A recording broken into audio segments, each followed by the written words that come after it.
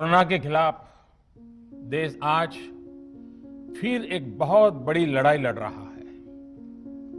कुछ सप्ताह पहले तक स्थितियां संभली हुई थी और फिर एक कोरोना की दूसरी वेव तूफान बनकर आ गई। तो पीड़ा आपने सही है, जो पीड़ा आप सह रहे हैं उसका मुझे पूरा एहसास है। लोगों ने बीते दिनों में अपनों को खोया है।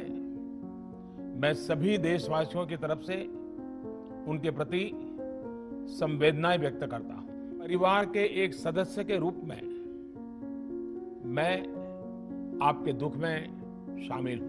चुनौती बड़ी है, लेकिन हमें मिलकर अपने संकल्प, अपने हौसले और तैयारी के साथ इसको पार करना है। मैं देश के सभी डॉक्टरों, मेडिकल स्टाफ, पैरामेडिकल स्टाफ, हमारे सभी सफाई कर्मचारी भाई बहन, हमारे एम्बुलेंस के ड्राइवर्स, हमारे सुरक्षा बल, पुलिसकर्मी, सभी की सराहना करूंगा।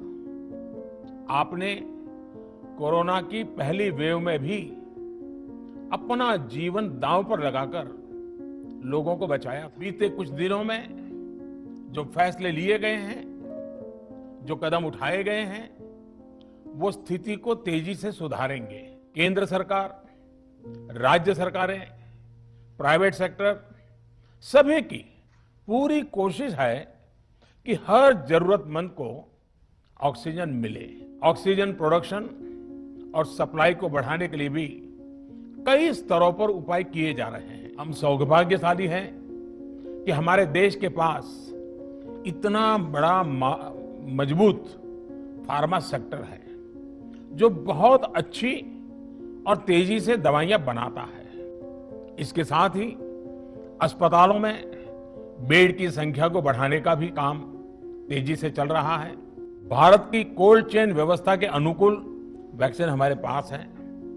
इस प्रयास में हमारे प्राइवेट सेक्टर ने इनोवेशन और एंटरप्राइज की भावना का बेहतरीन प्रदर्शन किया है। यह एक टीम एफर्ट है जिसके कारण हमारा Bharat 2 made in India vaccine के साथ दुनिया का सबसे बड़ा टीकाकरण अभियान शुरू कर पाया। हमारे health care workers, frontline corona warriors और सीनियर सिटीजन्स के एक बड़े हिस्से को वैक्सीन का लाभ मिल चुका है। साथियों, कल ही वैक्सीन को लेकर हुए एक और अहम फैसला भी हमने किया है। 1 मई के बाद से 18 वर्ष के ऊपर के किसी भी व्यक्ति को वैक्सीनेट किया जा सकेगा। हम सभी का प्रयास जीवन बचाने के लिए है, और जीवन बचाने के लिए तो है ही, प्रयास भी ये है कि आर्थिक गतिविधियां और आजीविका कम से कम प्रभावित हो। वैक्सीनेशन को 18 वर्ष की आयु के ऊपर के लोगों के लिए ओपन करने से शहरों में जो हमारे वर्कफोर्स है उसे तेजी से वैक्सीन उपलब्ध होगी। मेरा राज्य प्रशासन से आग्रह है कि वो श्रमिकों का भरोसा जगाए रखे। उनसे आग्रह करें कि वो जहां हैं वहीं रहे।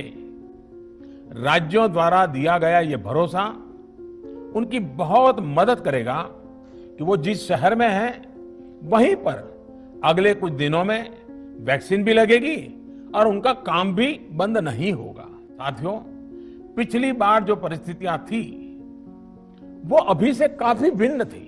हमारे पास इस वैश्विक महामारी से लड़ने के लिए कोरोना स्पेसिफिक मेडिकल इंफ्रास्ट्रक्चर नहीं था। कोरोना टेस्टिंग के लिए पर्याप्त लैब नहीं, लेकिन बहुत ही कम समय में हमने इन चीजों में सुधार किया।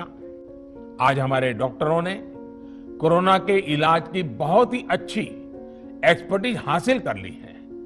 वो ज्यादा से ज्यादा जीवन बचा रहे हैं। मुझे विश्वास है जन भागीदारी की ताकत से हम कोरोना के इस तूफान को भी परास्त कर पाएंगे। देशवासियों से अपील करता हूं कि अधिक से अधिक मात्रा में इस संकट की घड़ी में देशवासी आगे आएं और जरूरतमंदों तक मदद पहुंचाएं। युवा साथियों से अनुरोध है कि वो अपनी सोसाइटी में, मोहल्ले में, अपार्टमेंट्स में छोटी छोटी कमेटियां बनाकर कोविड अनुशासन पालन करवाने में मदद करें। हम ऐसा करेंगे तो सरकारों को न कभी कंटेनमेंट जोन लगाने की जरूरत पड़ेगी, न कर्फ्यू लगाने की जरूरत पड़ेगी और लॉकडाउन का तो सवाल ही नहीं उठता है। आज की स्थिति में हमें देश को लॉकडाउन से बचाना है। मैं राज्यों से भी अनुरोध करूंगा कि वो लॉकडाउन को अंतिम विकल्प के रूप में ही इस्तेमाल करें। लॉकडाउन से बचने की भरपूर कोशिश करनी है और माइक्रो कंटेनमेंट जोन पर ही ध्यान केंद्रित करना है। हम अपनी अर्थव्यवस्था की सेहत भी सुधारेंगे और देशवासियों की सेहत का भी ध्यान रखेंगे।